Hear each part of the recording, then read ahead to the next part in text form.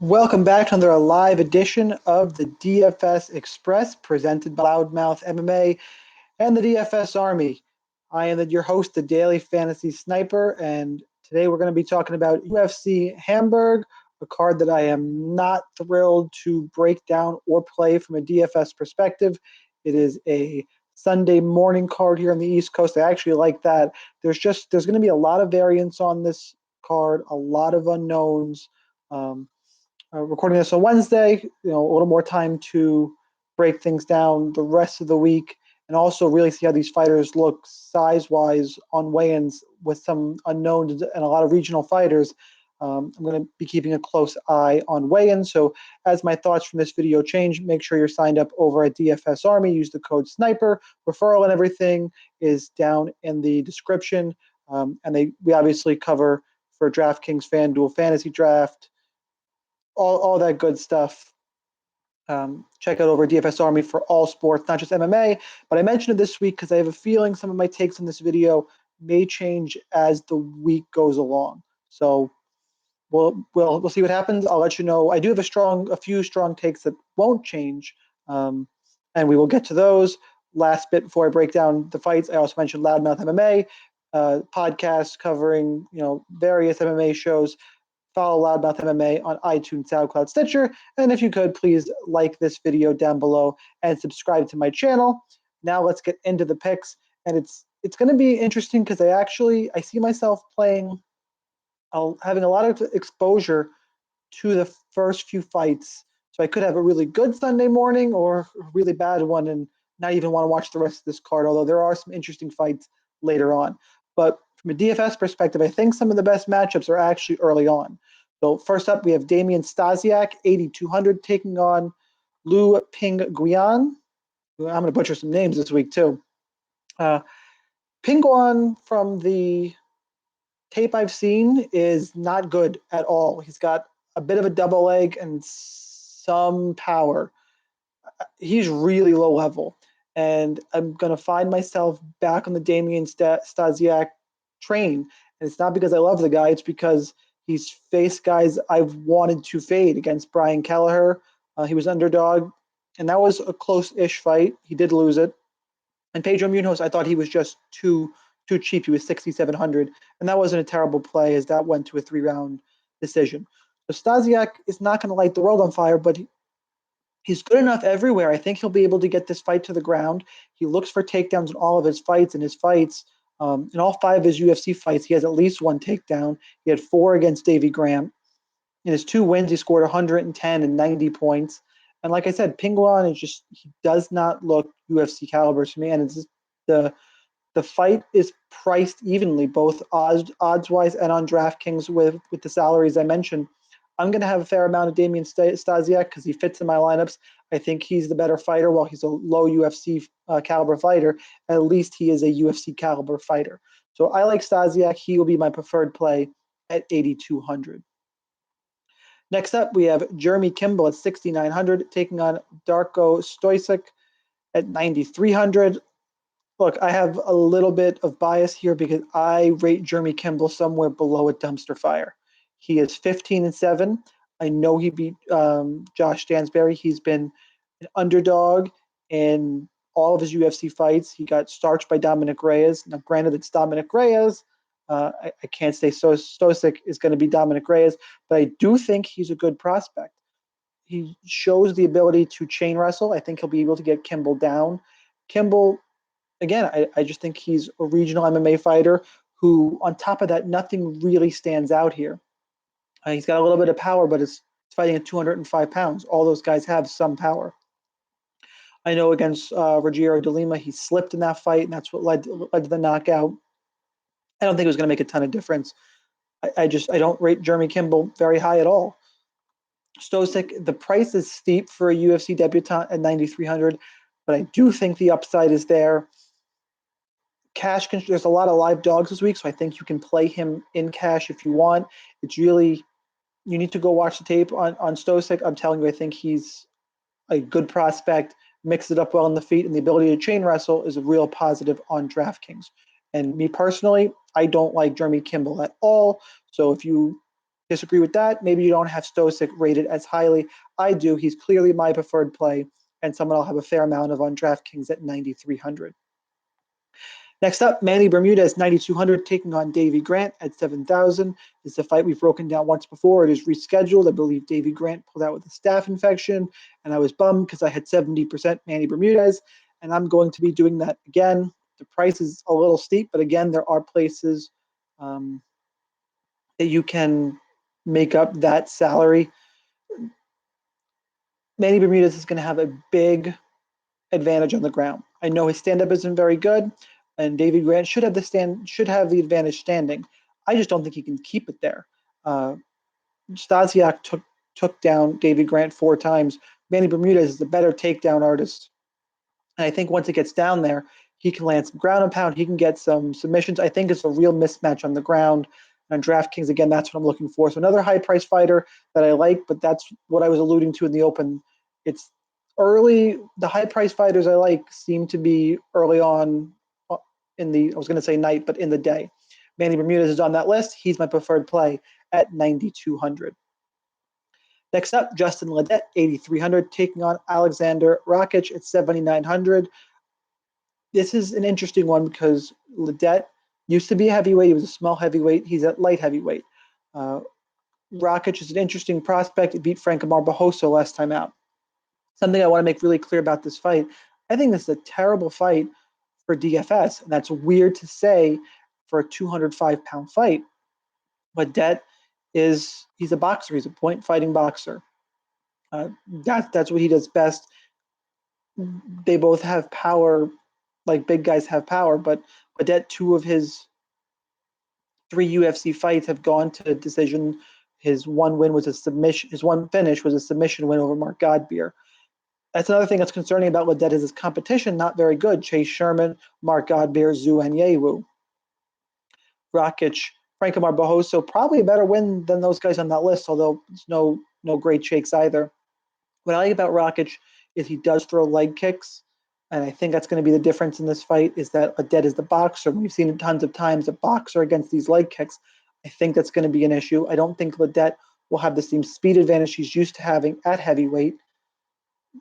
So I think Rakic wins the fight, but I'm not so sure about the scoring. In his decision win against Franco Barbosa, 46 significant strikes. He scored 53 points in a decision win. Ledet, if he has success, will probably throw more volume, but I don't know how likely he is to win the fight or even score that greatly in a decision win himself. So even though they're big guys, I'm not going to have a ton of exposure. My preferred play, though, is actually the cheaper fighter who I am picking to win, mostly because of the leg kicks and that kind of evening out on the speed. I'll take Alexander Rakic at 7,900. Next up, Khalid Taha, 7,100, taking on Nad Narimani, 9,100. This is a GPP fight for me because Khalid Taha is not very good. He gets wild. He just looks to brawl, and I don't think he's very good. Whereas Nad Narimani, this is his first UFC fight. He had fights against Najrat Haqparast fall off. I can't trust him, whereas Stosic looked better on film. I think he's a better prospect than what Narimani is. Narimani, I believe, came up through Cage Warriors. There are better options than Narimani in the price range that I've already covered, whereas Taha is a GPP guy he's going to get wild, guys. He's going to get wild and look to brawl. If he wins, it's probably going to be an early knockout. If he doesn't get it, I suspect he'll fade. Narimani's a little more technical, can probably get a takedown or two. I'm a little worried about the price tag and the safety in this becoming a brawl. But I think so little of Taha and that wild brawling style. I think Narimani's my preferred play at 9,100, though Taha will be in my GPP player pool. Next up, Emil Mech, 8,400, taking on Bartosz Fabinski at 7,800. I really should insert the nickname Bartosz Twitter Mush Fabinski. People are talking him up. And on DraftKings, you have to take notice. I think he's going to be very chalky. His 2 UFC fights, he's landed 6 takedowns and 10 takedowns. Now, granted, those were 3 years ago. They were both in 2015. He last fought November 2015. Emil Mack, we just saw get taken down time after time after time against Kamaru Usman. Usman Fabinski, way different wrestling. We all know that. The issue is, can Mack stop these takedowns enough? Fabinski marches in a straight line. He is relentless in that regard. He's just going to move forward and try and take you down. I think it's hard because I've seen Mack stopping the first takedown, but I think he's going to have to get up from a couple takedowns. That's all Fabinski looks to do. But I think Mack is a good enough athlete to stop a couple takedowns or even circle off, land some strikes, hurt Fabinski. I also don't know how Fabinski's going to look in his 2.5, almost 3 years off. The way to approach this fight for me for DFS, because everyone's going to be on Fabinski, if you need him in cash and he's going to look for takedowns, I get it. Everybody on Fabinski, I think Mack is an interesting GPP pivot. Because I'm not totally sold on Fabinski, for the purposes of the DFS Express, I'll make Mack my preferred play at 8,400. Next up, Nick Hine taking on Damir Hadzovic at 7,700. Another fight I am really worried about in terms of DFS potential. Hadzovic has real trouble stopping a takedown. He's 1-2 in the UFC, and he really could be 0-3 and probably out of a UFC job if that middle fight wasn't against Marcin Held, where he was taken down a bunch of times in round 1 or 2 and landed a perfectly timed flying knee in round 3 to get a knockout. He was taken down, I think it was like 10 times or something crazy. It might not be 10, but a lot against Alan Patrick, who that's all Patrick does. Nick Hine fighting in Germany. He's been around a long time. He's 4-2 in the UFC, but he showed really poor fight IQ against Davi Ramos last time out. I did pick Davi Ramos. I pretty much all in on that fight. And Hine actually did us a favor, went for a takedown. I think he's going to look for takedown again in this fight. That's where he has success. And we've seen that Hadzovic can be taken down. I'm a little worried about the output down there because Hine in his wins has scored 71, 65, 58, 53 points. He's not a high DraftKings scorer. I don't see this fight being finished. Hadzovic, again, he's just been very underwhelming in the UFC as well. So my pick in this fight is going to be Hine. I think he can get takedowns, do enough to get a decision. I'm not sure how much I'll have him for the scoring concerns I mentioned before, but he is the preferred play. Next up, a short notice fight that I think is mispriced, not just on DraftKings because they went by the betting lines. I think the betting line is way off. It is Danny Hot Chocolate Roberts at 9,400 taking on David Zawada at 6,800. Look, Zawada has been around KSW. He's a tough guy. I think he's got decent skills everywhere. He can get a takedown. He can stand on the feet. Danny Roberts is the better technical striker, but he has chin issues. He beat Olivier Enkamp. Enkamp was not ready for the UFC. That fight didn't last long. We saw him lose to Nordine Taleb. Got touched on the chin, went to sleep in the first round in that fight. We saw Mike Perry knock him out. Granted, that was a 3-round war. He did beat Bobby Nash. He's got a submission loss to Nathan Coy on his record. So that's Hot Chocolate's resume. I would favor him to win the fight. I think it's going to be a stand-up type of fight. But Zawada packs some power. He's at plus 315, which I think is wrong. This price tag is off to me. I don't see Roberts getting a quick finish of Zawada. So I think he's in play for cash games as a punt for sure. And then in tournaments, because of the knockout potential, the worry of Roberts' chin and Zawada, fighting in front of his home crowd, short notice, should look for a knockout early. I think he could get it. He's live in GPPs. I bet 1 unit on Zawada to win by knockout at something crazy that was like plus 615. So if he's live for me at the price tags, he will be my preferred play. Next up, Mark Diakese at 8,900, taking on Nasrat Haqparast at 7,300. I'm a little disappointed on the pricing of this fight. The line has come down. Haqparast is getting some love. He lost to Marcin Held, and he was taken down in that fight. I think Diakese can do the same. I was hoping for a tighter line as the public seems to be on Haqparast as they're jumping off the Diakese train. He's lost to Drakkar Klose and Dan Hooker. He had that knockout against Timu Packalén, and he's not wrestling as much as I would like him to. I think he's going to go back to that here, and I think he will have some success against Haqparast. Diakese is the younger, more explosive athlete. I think he'll really should have a grappling edge in this fight. The issue is the pricing here. I just don't have enough confidence in Haqparast to get it done. I don't think he's good enough to put Diakese in any real danger. So for me, Diakese is the pick and the preferred play at 8,900. Next up, Marcin Tybura at 9,000, taking on Stefan Struve at 7,200. Struve on a two-fight losing streak, lost to Andrei Arlovsky and Alexander Volkov. Marcin Tybura, I believe his last fight was the loss to Derek Lewis. Before that, he had lost to Fabricio Verdum. So both of these guys have their back up against the proverbial wall here. I'm going to lean with Marcin Tybura. I know Struve is huge, but Tybura has a decent grappling game that I think goes a little bit under the radar. I think people think of him as a kickboxer.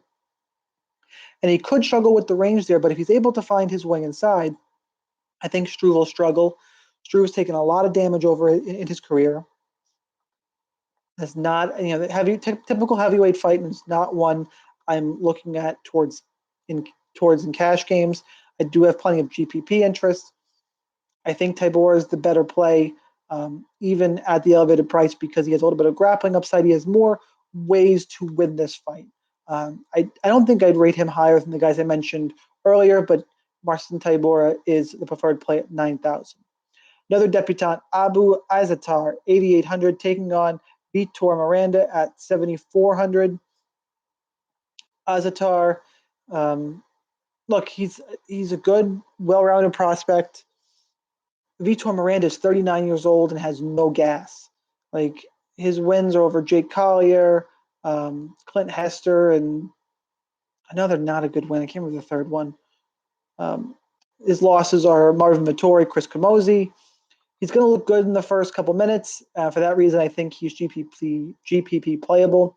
If he wins, it'll be a quick knockout.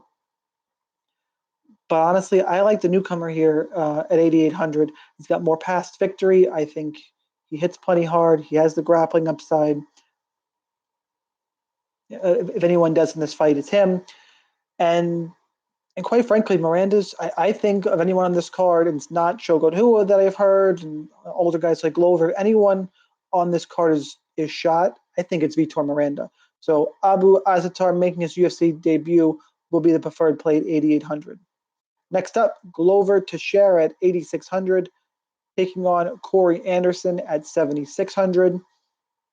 Corey Anderson taking this fight on short notice. He's going to. The problem is, if Corey Anderson gets touched on the chin, he's probably going to sleep. Glover Teixeira knocked out Misha Serkinov last time out. It's a tough fight because Teixeira's got a decent counter wrestling game, and he's probably better on the feet. Corey grinded out Patrick Cummings last time out. I don't see why he couldn't grind out Glover here. I know Glover's counter wrestling is good, but Corey Anderson, I think, might be the better wrestler. Not to mention the damage that Glover has taken. It's odd to me that the advantage that Glover has in a fight is on the feet. That's pretty concerning to me. I like it when he's the better grappler, can use his BJJ. I think that's the type of fights where he excels. You can't fade Glover because, as I mentioned, Anderson's got glass chin.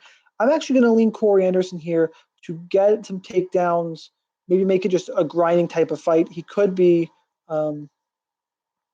he should have beat Ovince St. Peru. He got caught in the third round. I think it could be a fight like that. He might not score incredibly well, but at 7,600, I think he's firmly in play and is the preferred play. Next up is the main event. Another replacement fight as Mauricio Shogun Rua at 7,500. He's taking on the replacement Anthony Lionheart Smith at 8,700. Rua was supposed to fight Ozdemir. Ozdemir now fighting Gustafsson. Smith steps in. I gave Smith a lot of shit in my breakdown of the Rashad Evans fight, but he performed great. Evans did look totally shot.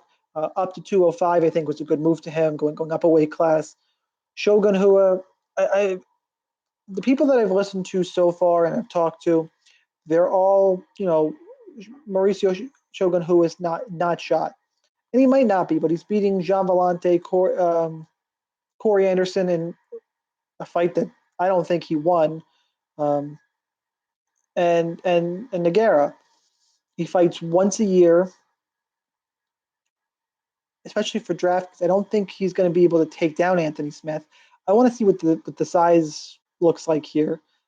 But Anthony Smith is going to bring the fight to Hua. He's taken a ton of damage. I know I mentioned it a few times. It seems to be a theme towards the end of this episode. But Hua's been in tons of wars. 5-round fight. The cardio favors Anthony Smith. I don't think Hua's going to be able to do anything significant to hurt Smith like you heard Vellante and Corey Anderson. I don't think he's going to get those knockdowns in this one. I like Anthony Smith. I think that it's hard to.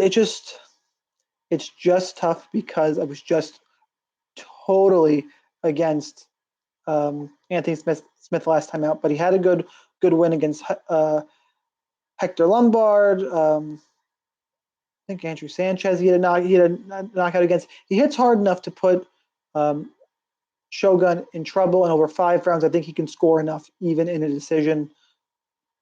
This fight should play out on the feet. So give me Anthony Smith as the preferred play, 8,700. Taking a look at the YouTube chat, by the way, if you're listening to this after the fact, to do these live on Wednesday nights, please jump over next card we have and type in some comments. I'll get to the one. I'm reading a couple comments from Mario Gresham. Mario, thanks for typing these. I do think Corey can win. I'm not sure if you jumped in late. I think Anderson can win a grinding type of decision. It's hard to have heavy exposure to him because of the chin issues that he's shown. But I do think he's live in the fight, though Teixeira's counter wrestling is good. I think Anderson's offensive wrestling is better. Second question was, how do you approach single entry? In GPP, look, it's when I'm making a single entry GPP lineup, I take risk. You don't take unnecessary crazy risk, but it's still a GPP lineup. I think people always throw in their cash lineup into these GPPs that are single entry just because this is my optimal lineup. That's what I'm going to play. You need to maximize your upside. For this week, I think that means if you're on the same wavelength as me, that means someone like a Zawada at 6,800 who's going to be, I think, pretty underowned and has massive upside. So things like that. Don't just put in your cash lineup. GPP in general this week is going to be tough, just because there's, as I mentioned in the open, there's a lot of uncertainty in regional type fighters. I'll have some more insight how I'm going to build lineups over on DFS Army at the end of the week, so make sure you're a member there. Uh, Again, if you're watching this after the fact, please click that like button, subscribe to my channel. I'm nearing 150. I know it's a small number, but I'm going to keep on working my way up. Appreciate all the support. If you don't, give me a follow on Twitter at the DFS Sniper, just one S. Good luck in your contest. I will see you next week.